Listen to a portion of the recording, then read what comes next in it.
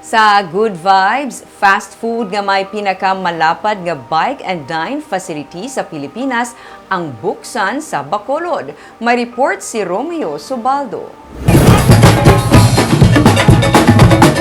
Sa Huwebes, buksan sa publiko McDonald's Forbes Hill.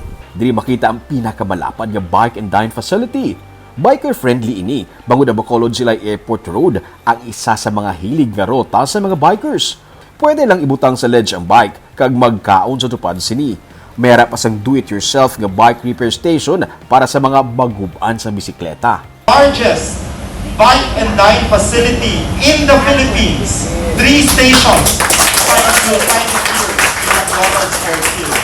And this is the first bike and dine facility in the whole of Western Visayas.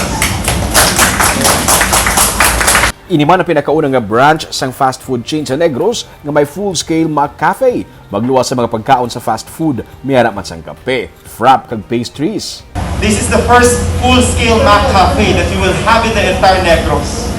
When I say full-scale, you have coffee, you have fraps, hot and cold, and you have all the pastries and fresh juices where you can order. You can never find that in any other McDonald's stores in the whole of Negros.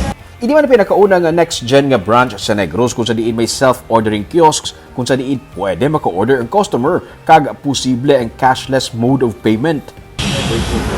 Like shake or milk tea or coffee or McFloat, juice, iced. Bangod yara pa sa gihapon sa panahon sa pandemic, may malapad man ini nga alfresco dining overlooking sa kabukiran.